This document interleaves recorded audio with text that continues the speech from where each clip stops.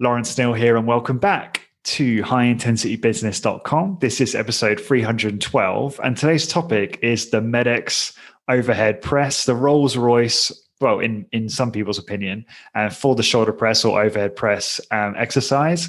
We're going to get into the biomechanics. We're going to get into setup, instruction. And to join me to go through this, I have co-founder of StrengthSpace, Dr. Bryce Lee.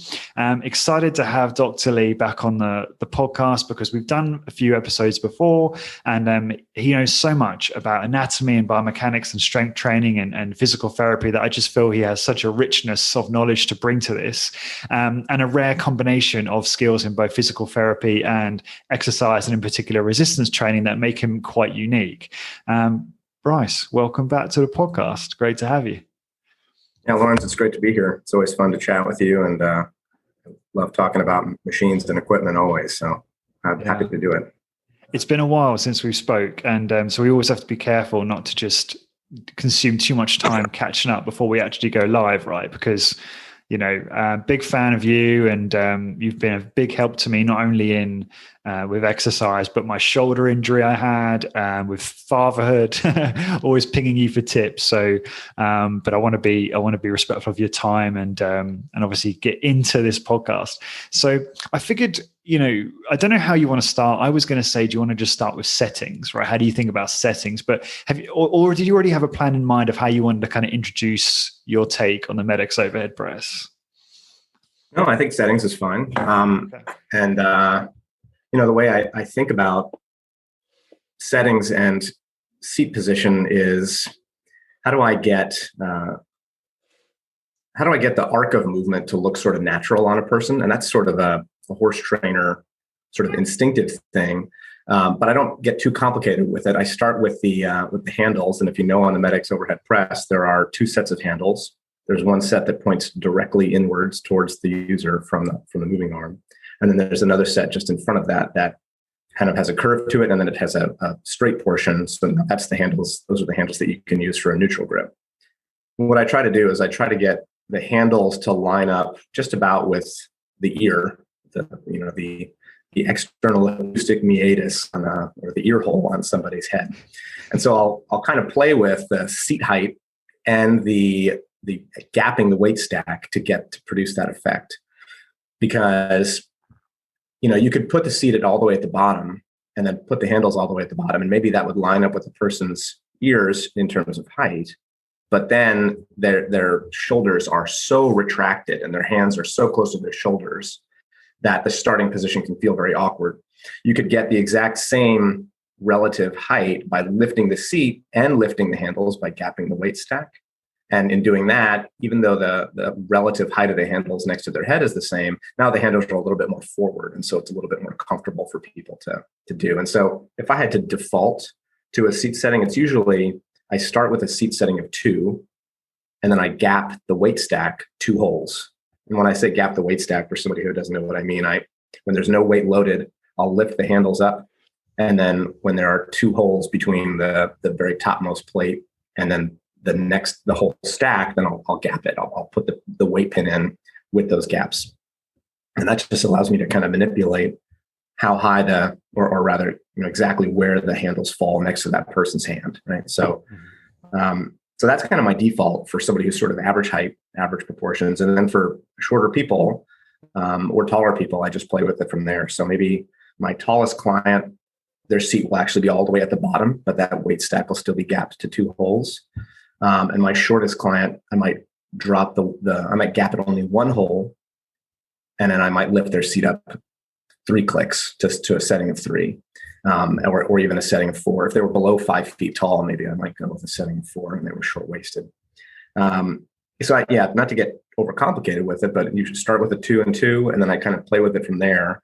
I don't want it to feel like their hands are almost, back touching their shoulders. They're so jammed up in the bottom. And I also don't want to feel like the height of the handles is too low at the bottom. So it's sort of a height thing and then a front to back thing. I want to make sure that they're comfortable at the bottom.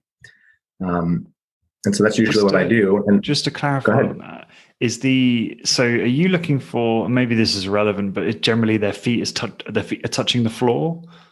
in the seat? So they almost never would be touching the floor except for very tall clients. And I use a box for them to set their feet on. I have like a little stool. Yeah. Why do you think that's important, if at all? To have the stool or for their feet to not be touching the floor? To have the stool, right? Because a lot of our colleagues will have them just their feet hanging off the seat.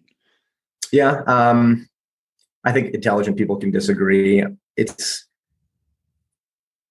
getting people to stick with habits is about eliminating any little bit of friction, right? And so it's just a comfort thing. Some people just feel insecure when their feet are dangling.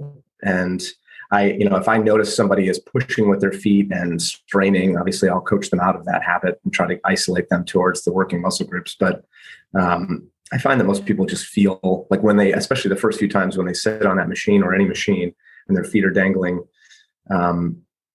you just kind of look and you can tell that they're uncomfortable and they're shifting around trying to figure out what to do with their feet. So it's not necessary, but it's just a small thing that doesn't seem to take away from the experience at all and only seems to make people a little more comfortable. So. Yeah. And another question is, so I'm just trying to understand this correctly. So when they're actually in the appropriate start position, where is their hand relative to their head? Where's the handle relative? Is it in line with the ear? The ear? Yeah. So again, if you visualize the machine, there is the higher set of handles that only points inward, right? So if you were to put your hands on those handles, your thumbs would be pointing to your head. Okay. And that is the handle that I sort of line up with their ear. Okay. And then the effect of that is that the main handles, the ones that curve towards the person and then project down and out to allow for a neutral grip, those handles tend to be sort of out and in front of the person a little bit. So for somebody who's, in the 5'9" to 6 feet tall range, that's typically around, the seat is up 2 clicks and then the weight stack is gapped 2 inches. And then of course, if their proportions are unique, they're very tall or short waisted, I might adjust it. But that's usually the effect I'm trying to produce. If they're using a parallel grip on the front handle where it slopes down, because I've heard some people in our space look to have the hand, and I believe we do this, slightly above the shoulder in the starting position, so as to not start from too low down, which might just be, incongruent with someone's like natural body movement or might cause shoulder issues or what have you. So is that kind of what you go for if you're looking at, people starting with those front handles? Yeah, and that's exactly the idea, right? Is that we don't want them to start with this jammed up position where their elbows are almost behind their shoulders and they're so wedged back there.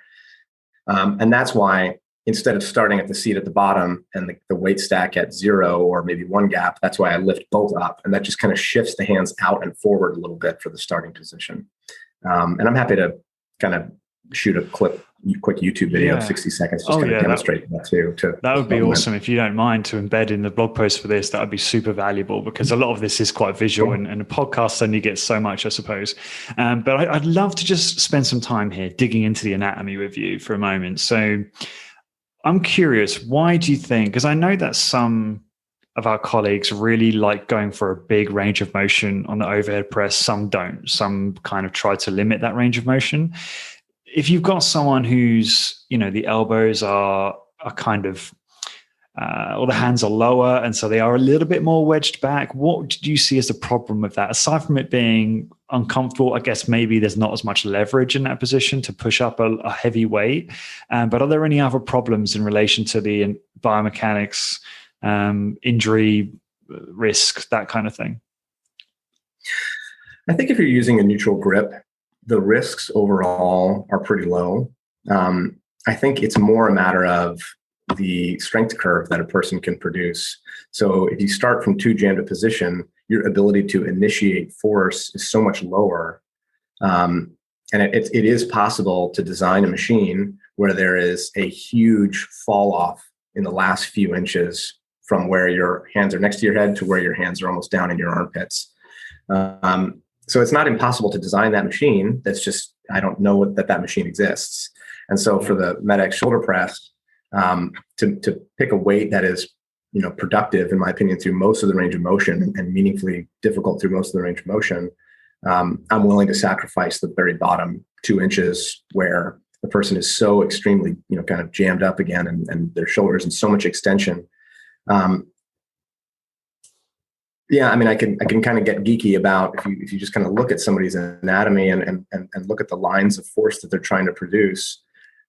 If the line of force from the handle to the elbow, okay, so their forearm almost becomes if the line of force looks like it's almost passing through the shoulder, then the shoulder has almost no ability to produce torque. Okay. So that's just like a general physics principle, right? Like if a line of force moves through an axis of rotation, then there's very little torque about that axis of rotation. And so you can get into a situation where there's not a terrible amount of stress on the shoulder, but the shoulder is also not capable of producing much, right? So you're not even really loading maybe what you want to load. So in general, I like the idea of moving muscles through their full range of motion, but I think it's possible to take joints through extreme ranges of motion that might not always be productive. Okay. Yeah, but I think it's a trade-off. I think that when the person then goes over and does a chest press, now they are getting that greater degree of shoulder extension, meaning the elbow is getting further behind their body. And so it's not like if this was the only pressing movement that they did, maybe we'd have to be more meticulous about getting more range. But if the person's also going to do a horizontal pushing movement, then I'm not worried about it. We're going to get that range of motion and strengthen the tissues that are responsible in that, with the complementary exercise. Yeah, thank you for that. That was exactly what I was looking for. Do you know what? I think it would just be prudent and interesting to talk about the actual muscles we're targeting with the MedX overhead press. Like, could you speak on that? Sure. Yeah, absolutely. So the cosmetic muscle that we're thinking about, right, is the deltoid, right? So your deltoid comes off of your where your collarbone wraps into your acromion, right? The acromion is this big bony shelf that you touch at the top of your shoulder, which is actually a piece of your scapula. It's a piece of your shoulder blade. And so your collarbone and shoulder blade meet at the acromion or the AC joint. And then your deltoid sort of hangs from the acromion and the collarbone. Okay, and so your deltoid can produce movement in a lot of different directions. It can bring your elbow and your arm up and forward. It can bring it up and out, and it can also bring it up and back. So in that way, it has multiple heads. Okay, it has multiple portions. Some of those portions won't be used during a horizontal push. So like a chest press will use the anterior deltoid, but it probably won't recruit much posterior deltoid. A rear delt or a row will use a lot of posterior deltoid, but might not use a lot of anterior. A shoulder press is probably going to recruit most of it, especially depending on hand position. If you were to go with a wider grip, you certainly would recruit pretty much all of your deltoid. A neutral grip may get some posterior deltoid, but it's probably going to concentrate its stress on the anterior and the lateral parts of your shoulder muscle. Okay. And then of course you have your triceps is going to be a significant contributor. The upper portion of your pec, your chest muscle, can also contribute. It takes a little bit of coaching and thought and exercise ordering in order to avoid having the person turn it into a chest press, right? Some people want to really extend their torsos and try to turn the shoulder press into a chest press. And then the back as well is part of that kind of. Yeah, exactly. And so there are some things you can do in terms of cueing, but also in terms of ordering your exercises to make sure they show up with chest muscles that are so fatigued already sometimes that they don't have that temptation, right? And this, and just in the classic Big Five routine that Doug McGuff popularized, that's kind of taken care of, right? And a person shows up, they usually do the chest press before the shoulder press in a Big Five, if I'm not mistaken. And so then it's been taken care of because they're less tempted to try to dominate the movement with their chest. And then there's some other muscles involved. So unlike with a free standing military barbell press, where you must produce a lot of serratus anterior involvement. Serratus anterior is a group of muscles. It's a muscle, but it has all these different insertions on your ribs. And then it reaches back around your rib cage under your shoulder blade, and it grabs the inner edge of your shoulder blade back by your spine. So it's actually between your rib cage and the shoulder blade. And it pulls your shoulder blade around your body to kind of help drive your arm up over your head. Some of the motion when you get your arm over your head comes from the ball and socket joint moving, the arm bone in the shoulder socket. But a lot of the motion also comes from the shoulder blade itself swiveling around your rib cage and swiveling up. And so your ability to move your shoulder blade around your rib cage is a big determinant of how strong you are overhead. And so that means your traps, your levator scapula, your rhomboids, and your serratus anterior all kind of have to, and your pec minor all have to work cooperatively to move that shoulder blade into the strongest position. So that way, when you go to press overhead, your triceps, pecs, and deltoids can do their job. And so with a fixed plane of movement exercise like a MedX shoulder press, it's not impossible that a person can get away without really recruiting the serratus anterior. That's just a necessary limitation of a machine like that. And that's okay. I think that there are ways to, if it's a concern of yours, I don't know if it needs to be, but if it was a concern of somebody's, you can do things like incorporating a shrug at the top of the movement, things like that to ensure you're getting more serratus anterior recruitment. I'm actually not confident that I could give an opinion on whether that's always good or always bad. Whether or not you are supposed to shrug at the very top of the movement for the maximal range or not. I can see arguments for and against it. If somebody has impingement, it might be more provocative of their shoulder issue. But if they don't, maybe it's fine, right? It certainly would give you more involvement of more muscle mass to do so. But I don't actually know what the normal behavior is, what most trainers using the MedX shoulder press do there. But yeah, so we're getting a little long-winded on it. This is fascinating. Yeah. So, yeah, I mean, that's just always an issue with any exercise where the path of movement is fixed, right? And so I guess an example would be like a leg press. It's not impossible to do a leg press with very little quadricep activity. If you had really strong glutes and the weight wasn't too heavy, it's possible that your glutes could just extend the hips. And since the feet have nowhere to go but out while you're extending the hips, the weight would move.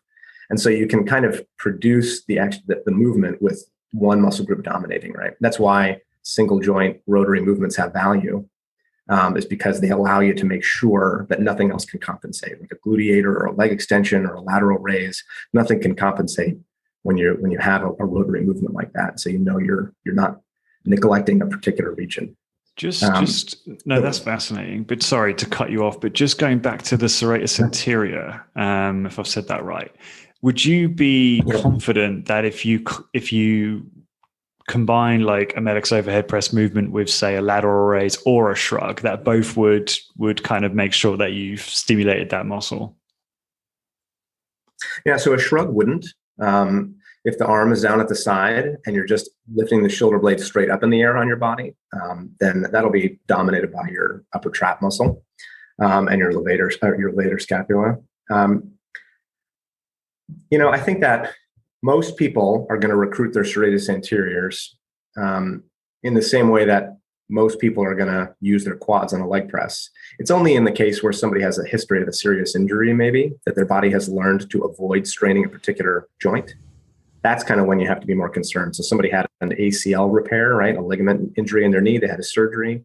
And yeah, they can leg press and squat, reasonably well, but you put them on a leg extension, you find out that their quads are really not very strong and their body's compensating by doing other things. And there's probably cases where that has happened with the shoulder.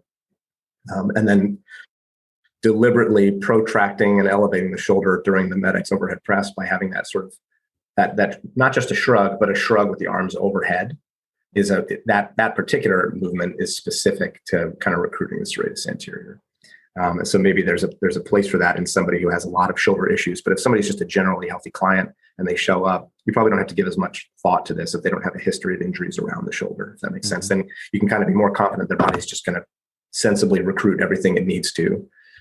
It's only when there's a kind of a history of injury, maybe even surgery, where you have to think, hey, how do I ensure the body hasn't learned to avoid a part of this kinetic chain, and how do I make sure to get at it? So, yeah.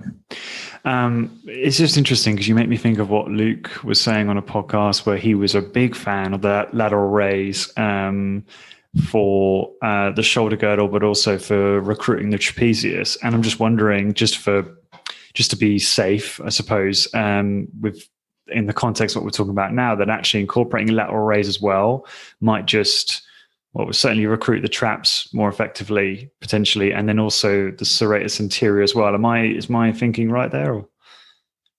So I think you're going to recruit it. But again, I think that the real thing that recruits the serratus anterior is moving the shoulder blade up and forward on the body. Oh, I see. Right. So with a lateral raise, you're bringing your arms out to the side. And so your serratus anterior may recruit just to hold the shoulder blade still, right? A kind of a classic exercise that people use to really zero in on the serratus anterior is you're doing a push-up, and once your elbows are straight, you keep reaching with your shoulder blades to try to get your body as far from the ground as possible. Right. So you don't just stop when your elbows are straight, but then you keep protracting your shoulder blades forward to try to get that last bit of the range of motion. And so you can incorporate that same idea on a chest press or on a shoulder press. I'm not saying that you need to. And I tend not to cue that on a chest press for other reasons. Just because I think people have a tough time resetting their shoulders back where they need to be strong throughout the range of motion on the chest press.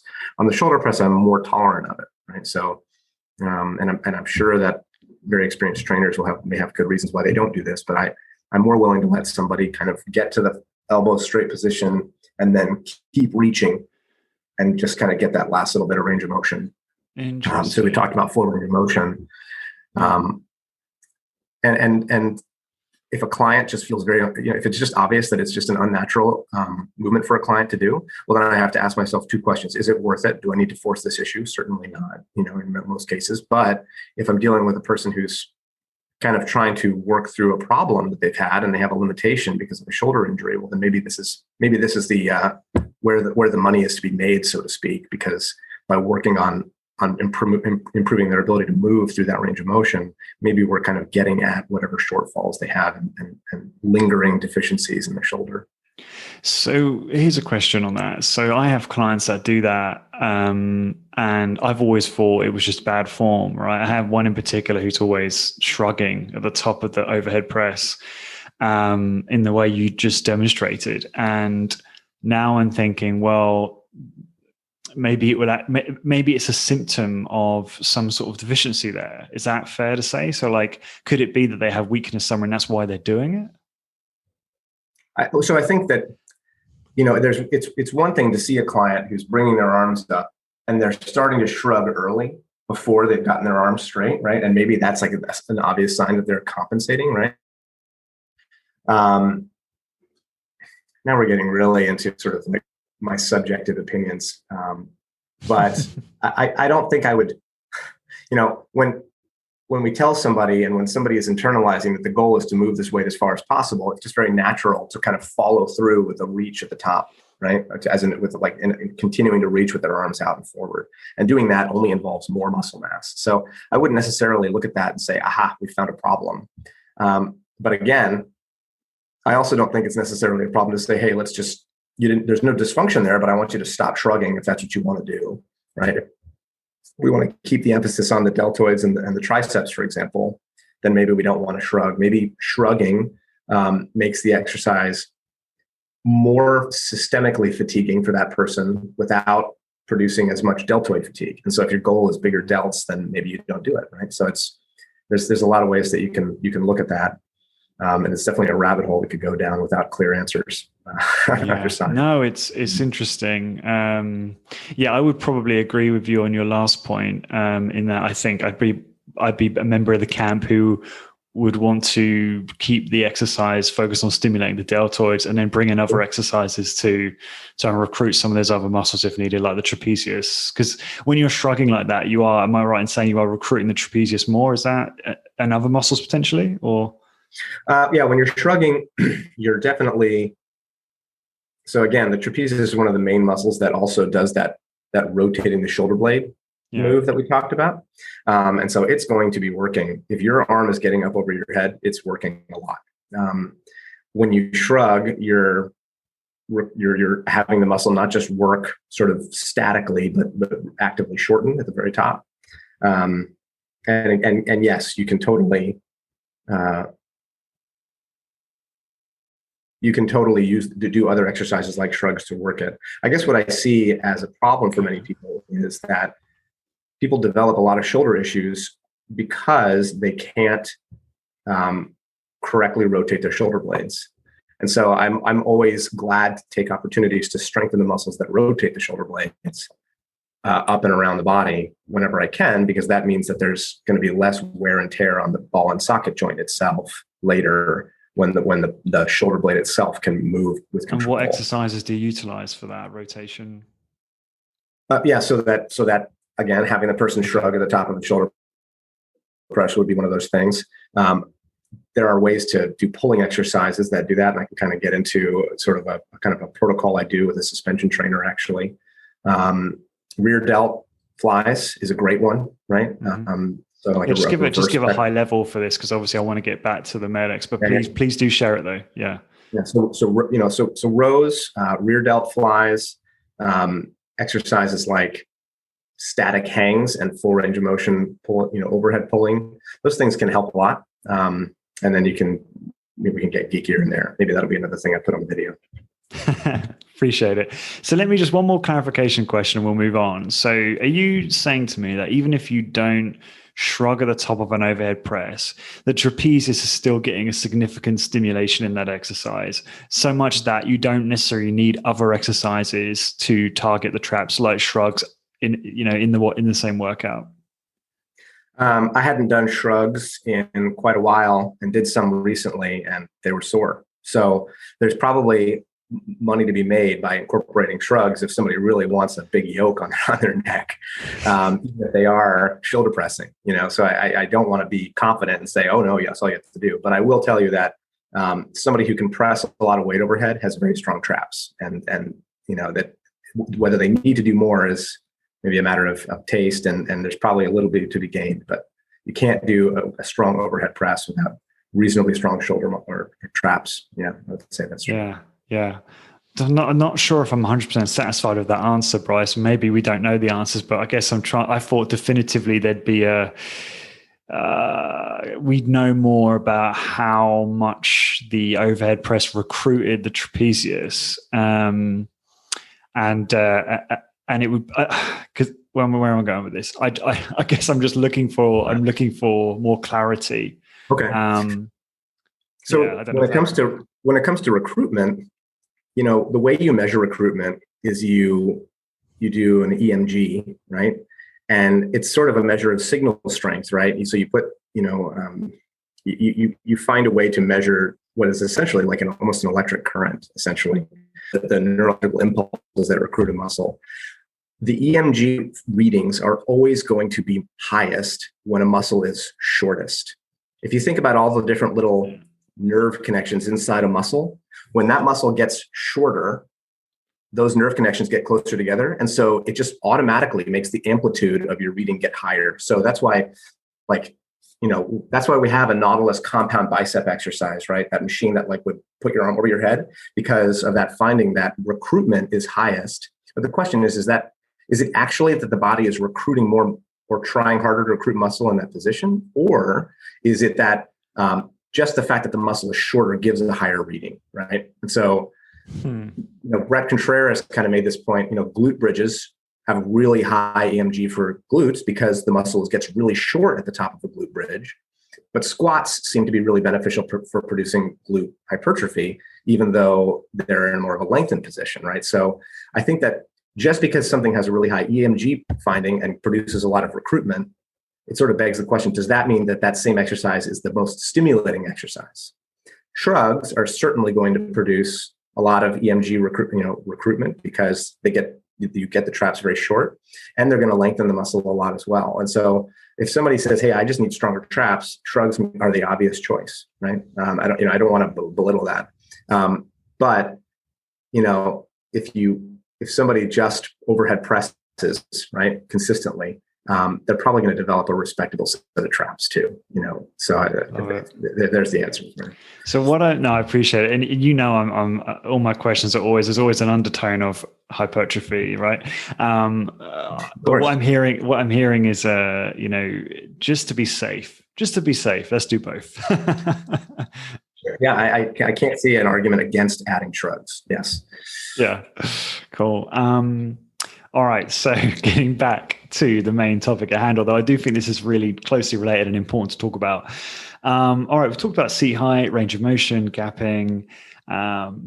What's your thoughts on the neutral handles, so the handles that are pointing that are at the rear? Some people will avoid those because of shoulder impingement, right? And because you're both abducted and externally rotated, right? Which some people want to avoid that position. What's your thoughts there? Do you think that most of us should avoid it? Do you think there's a higher risk for shoulder injury? How do you kind of think about that?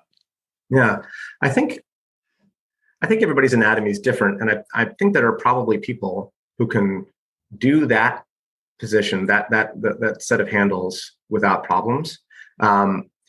But I don't want to make the mistake of trying to find out if one of my clients is one of those people and being wrong and causing a shoulder problem. So really, I look at the machine as having three sets of handles, right? There's the ones all the way back by your ears that point inward towards your head. And then there's the second set of handles that has an elbow shape in it. And you can use that second set of handles in two ways. You can hold that second set of handles in the neutral grip where your palms are facing each other. Or you could, in a thumbless grip, you could put your hands on the inward facing part of that handle. Is that visual making sense? Yeah, I don't even know why I've never thought about using that particular handle in that way. And it's obvious now. Yeah. And so that now you can, in some clients, in certain situations, you can do a abducted, slightly more abducted, slightly more externally rotated position. It's not so extreme as the other one, right? Yeah. But you can do that handle setting, and it's not quite so extreme. So when do I do that? So most clients, I would say maybe half of clients aren't going to tolerate it at all. They're just going to try it and it's not going to feel good for their shoulders. Okay. And that might be a clue, like, well, maybe it's not good for anybody. Right. And you wouldn't be, unreasonable to look at that and be like, nobody should do that. Okay. I can understand that. When I would do it, is pre-exhausted, so even if I think a client can tolerate it and enjoys and gets a unique feeling, like they're, I'm really recruiting my serratus maybe, or my delts in a different way, and it feels good for them. I still would approach that with some caution. And so I'd pre-exhaust it first. Maybe I would do some tricep extensions first, or push downs in the cable column.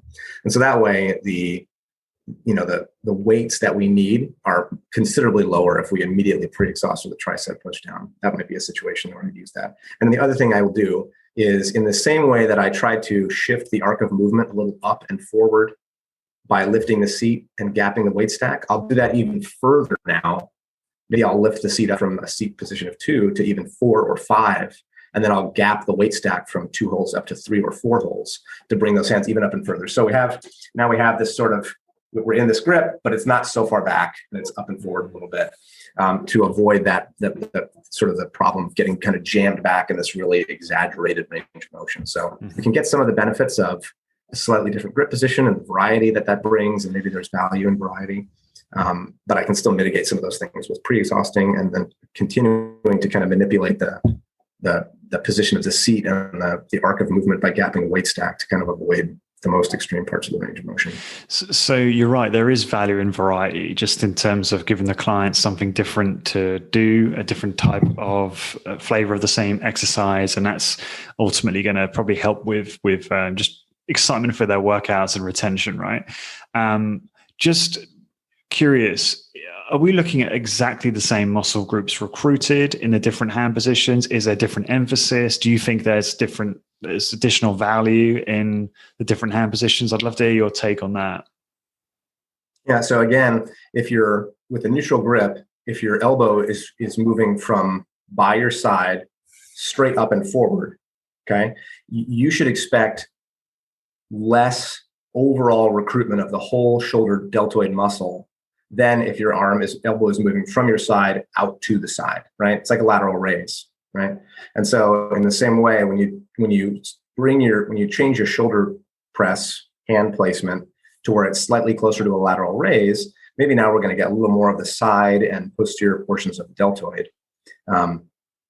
And maybe that has value if you aren't also adding lateral raises. Now, if you're doing lateral raises, maybe it's irrelevant, maybe it's redundant, right? But lateral raises are a great exercise. Some people find them kind of tough to cue because it's just the impulse to use, momentum is so strong, right, as fatigue sets in. Yeah.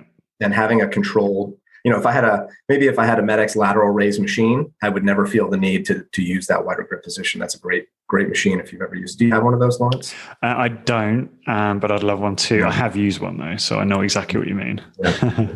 Yeah. Yeah. So yeah, I think and like you said, we can't expect our clients to be so zen that they treat exercise like flossing their teeth, where they don't care about how exciting it is at all, and they just know they need to show up and recruit. That is ideal, but it's just unlikely that we're going to find a bunch of monk-like clients like that. So keeping it interesting is helpful. Just one more question on this. So I'm just thinking of overall shoulder development here. You mentioned before, I'm aware that the seated row will recruit the posterior deltoid. So if you've got a seated row in the mix, which we all do, right? We all have some kind of horizontal pulling movement typically. Would that mean that, you're going to cover that base? So you don't necessarily need to worry about like a lateral raise or the shoulder pressing motion that you just described, and recruiting that posterior deltoid, because you're going to get it recruited in the seated row. What's your take on that? It's very possible that would be sufficient, right? Most of these questions are the last 1% questions, right? Like any meaningful stimulus is going to give us most of the initial benefit, right? And then some of us care about that last, 1 to 5% gains that we might be missing out on. And I think if you can find a way to not get carried away with volume or extreme ranges of motion, adding an extra exercise to kind of go belt and suspenders and make sure that you're covering everything is not at all unreasonable. I do it sometimes, right? So I think that adding a lateral raise or varying your hand position on your shoulder press within the context of safety, right, and sensible amounts of volume, I don't see the harm.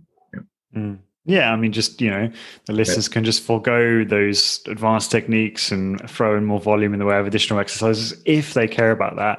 And obviously the irony is 99% of my listener base probably care about that 1%. I'm sure.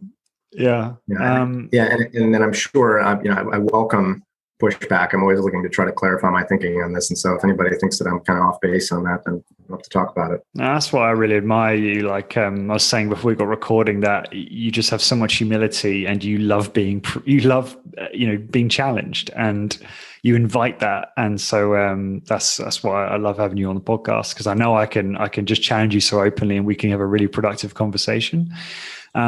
That's such a good way to start. I really enjoyed going through the anatomy, actually, and I think that's something that I should do more with guests.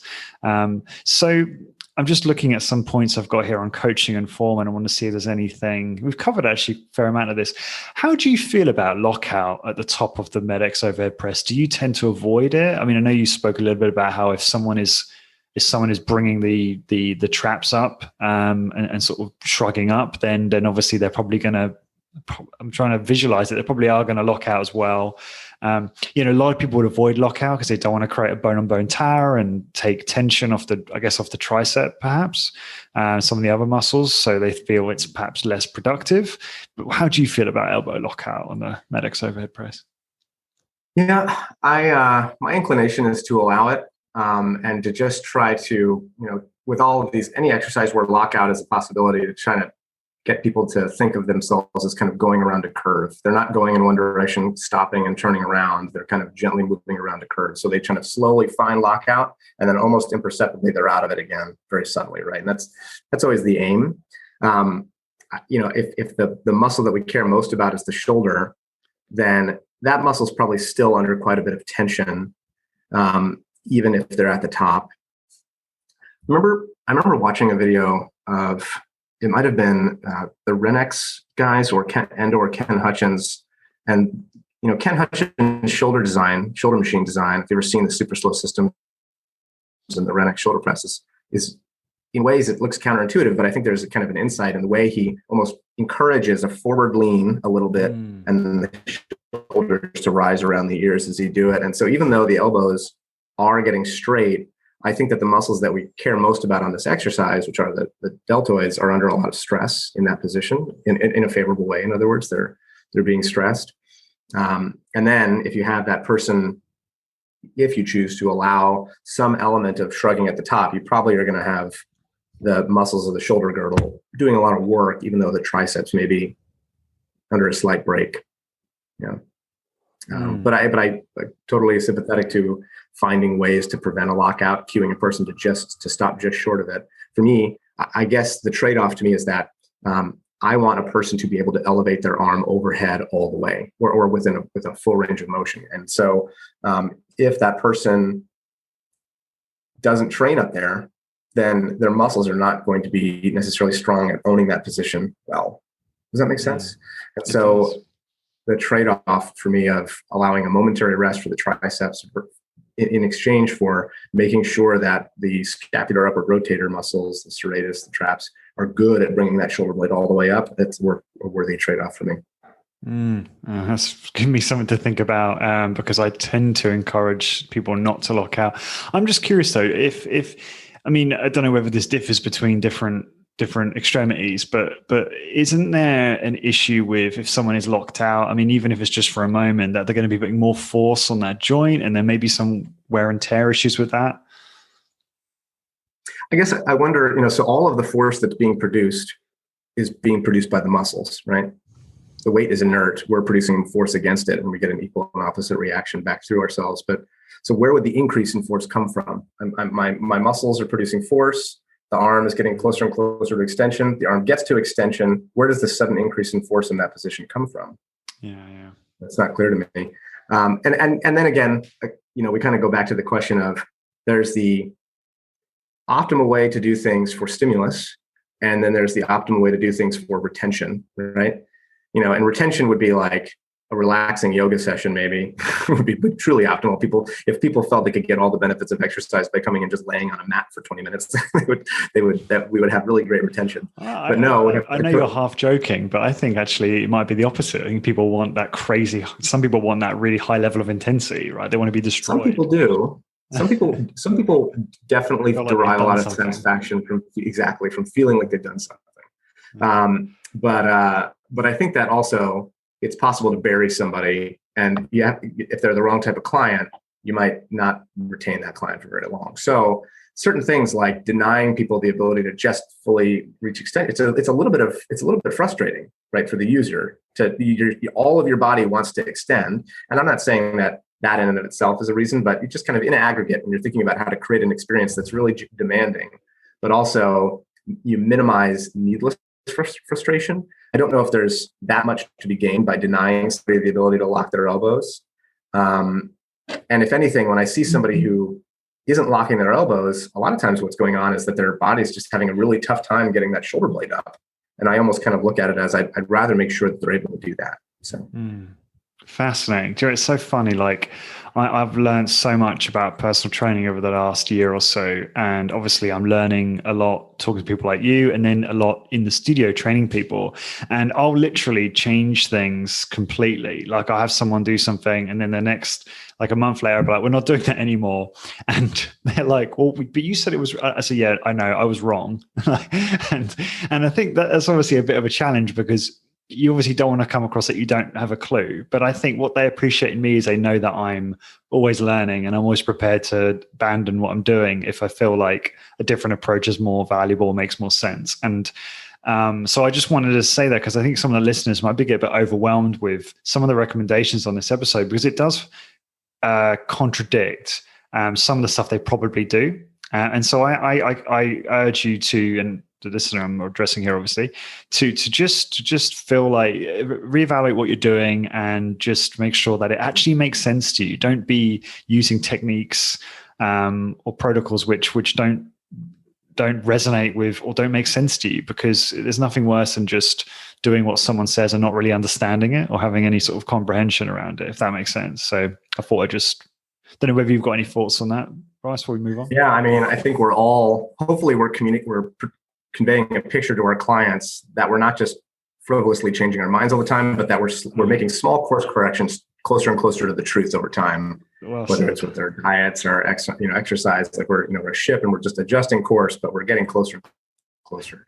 And I don't want to give anybody the impression that I am so confident in my opinions that anybody else is doing something wrong. I think that somebody who stops short of lockout, doesn't allow shrugs, is probably getting their clients great results and getting a great stimulus. And so I guess over time I've become a little more comfortable coloring outside the lines in certain situations. Maybe that's the best way to put it. So. Yeah, and I like it because you're always very quick to say this bit I'm about to say it's just my opinion. It might not be true, and so you make it very clear as to what's kind of got a good consensus around it and what is kind of speculation.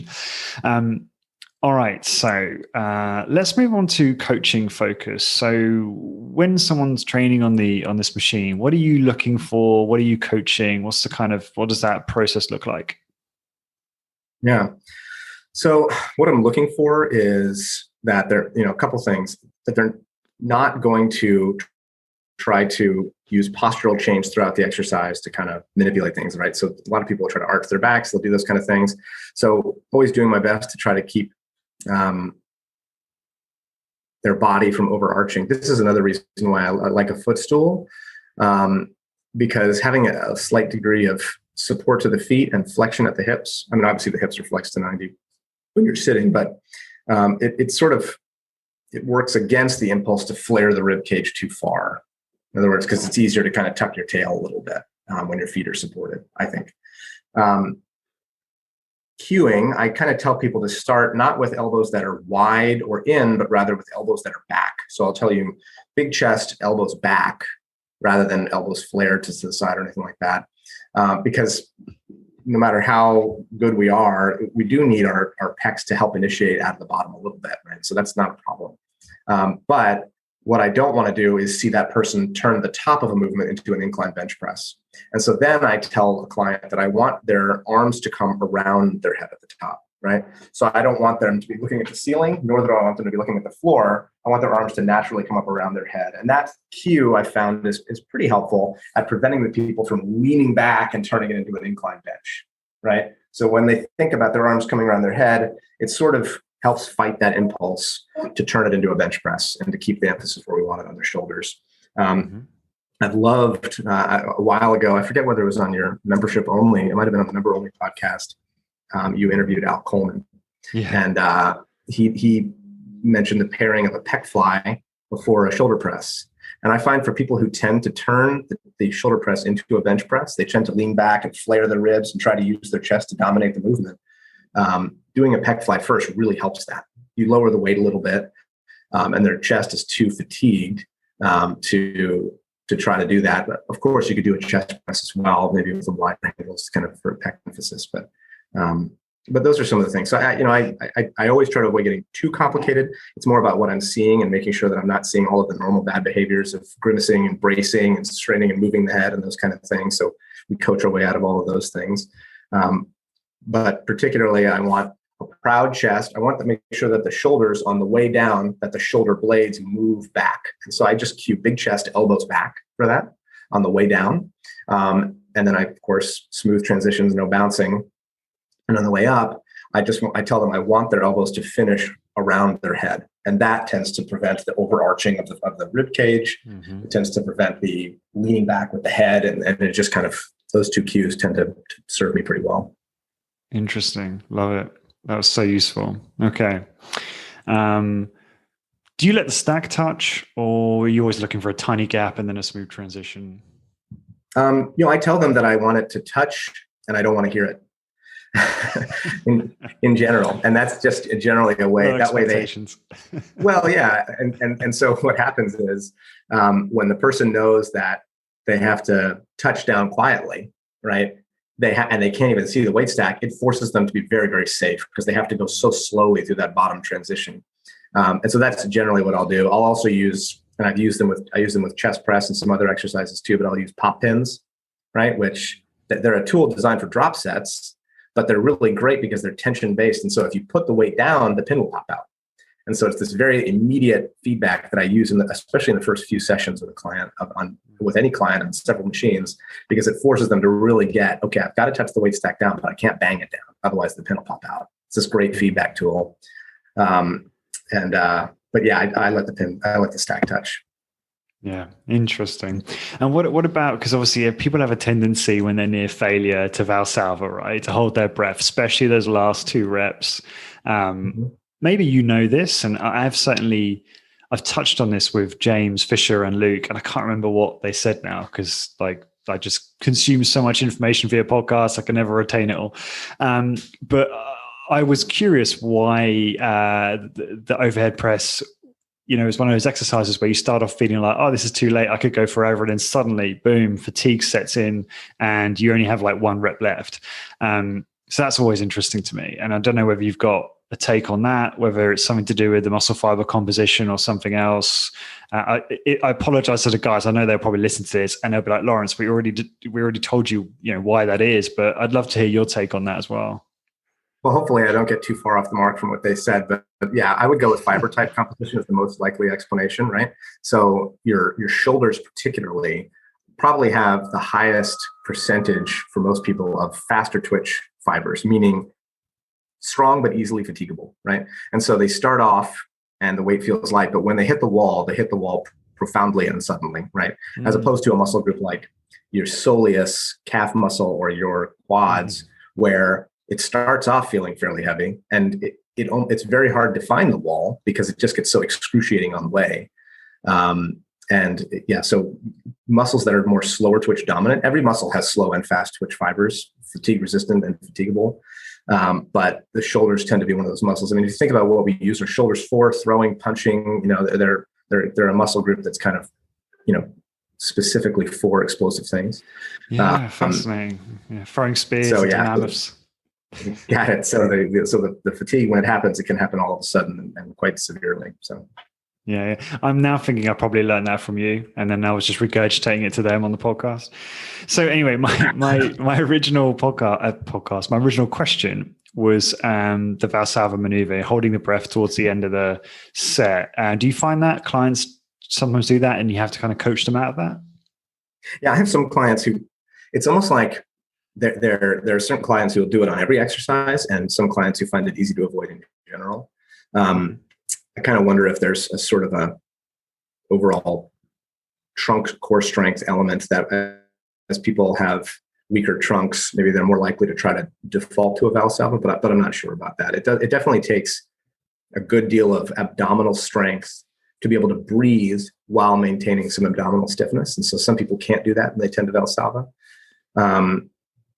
But yes, clients will do it. How do I try to avoid it? I try to tell people to breathe through it. Sometimes telling people to breathe through it isn't concrete enough of a cue. And so I'll say, hey, I want to hear 3 full breaths on this next breath. Maybe I'll give them some arbitrary goal just to kind of get them to okay, I got it. I've got to go 1, 2, and they have to breathe all the way through. And then if the rep was a little too fast, I'll say, great job. Let's do 4 breaths on the next rep, and just finding ways to make sure that they're breathing. And that they're going slow enough. And so that's baked in there. If you tell somebody they have to fit 4 breaths in, now that I know this isn't a purist thing. Some people want free, unregulated breathing. I totally get it, believe me. But some clients, you're working with them and it just seems like they're either a little stubborn and they don't want to listen to you, or it's too hard to focus on too many things at once, and not Valsalvaing while also not grimacing, while also moving in just the right way is just too much for their system to handle in the moment of intensity.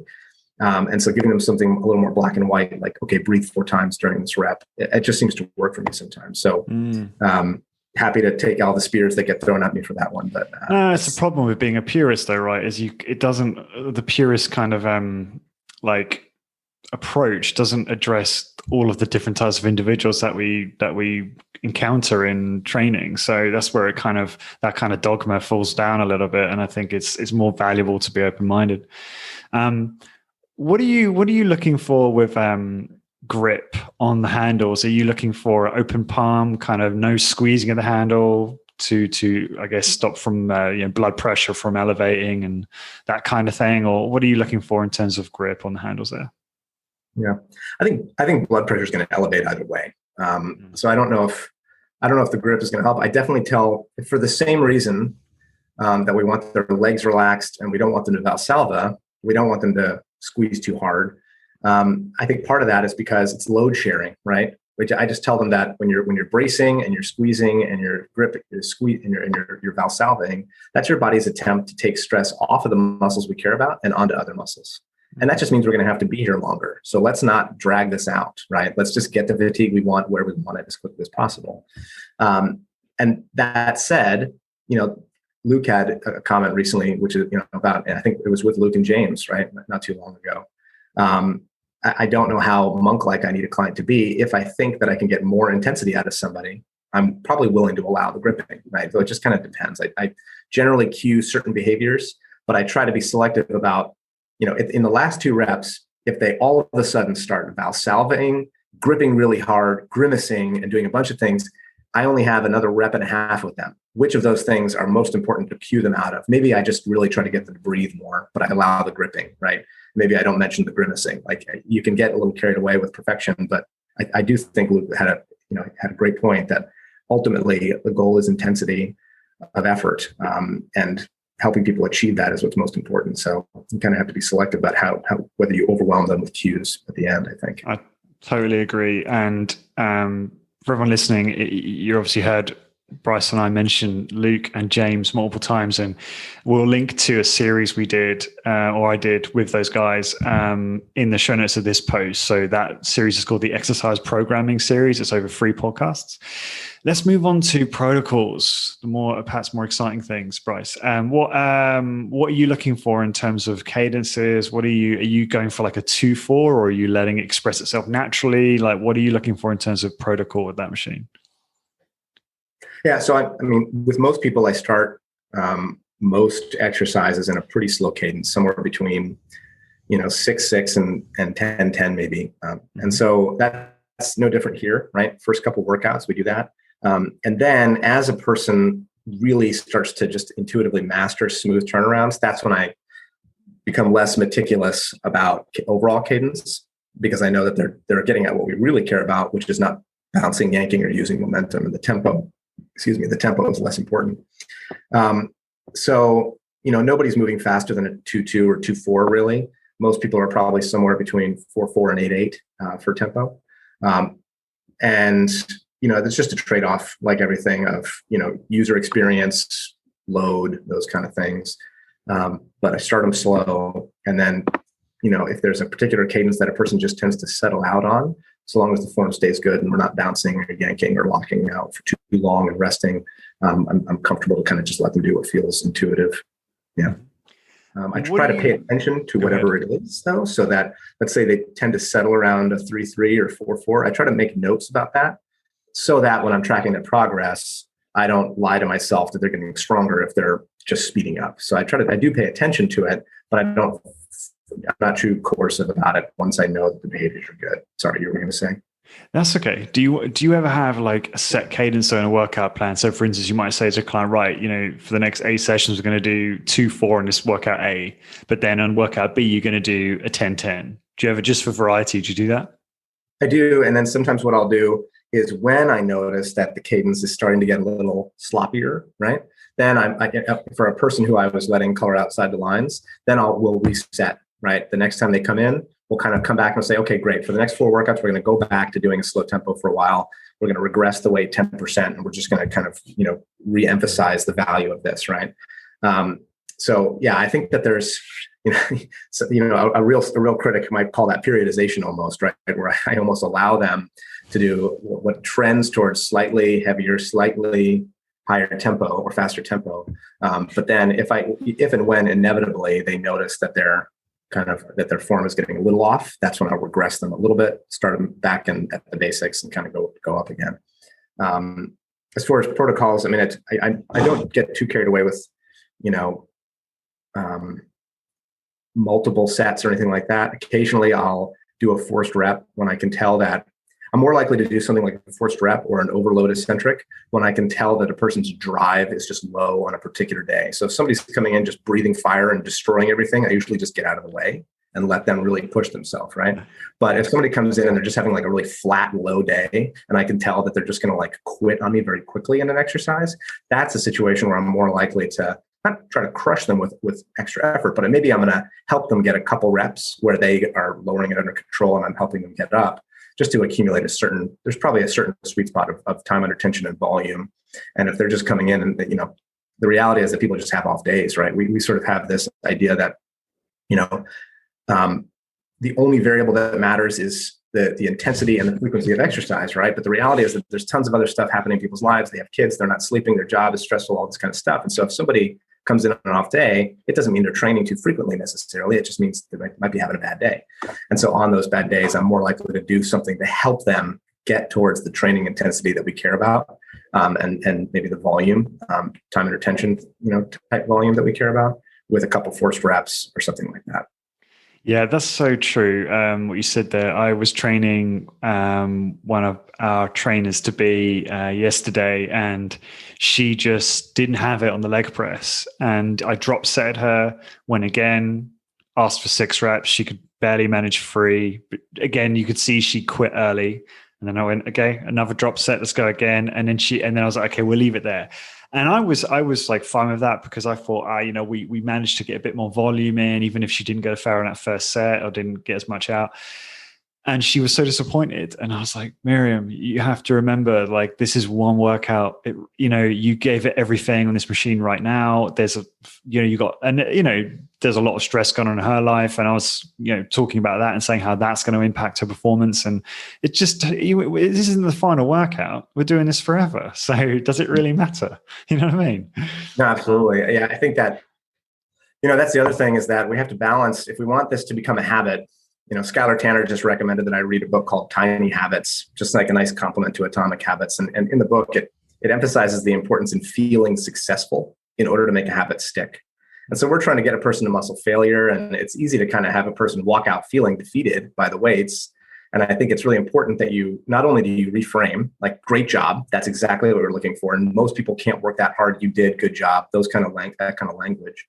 But also that, a client will know when they really suck it up on an exercise and don't do well, like when they just don't bring it, so to speak, especially when we've framed it as the level of effort you bring is the most important thing.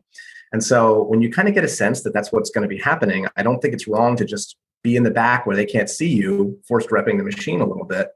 You know that you're getting them to a certain level of fatigue. I love machines that allow me to do that, where I can be behind them. They don't even know that it's happening.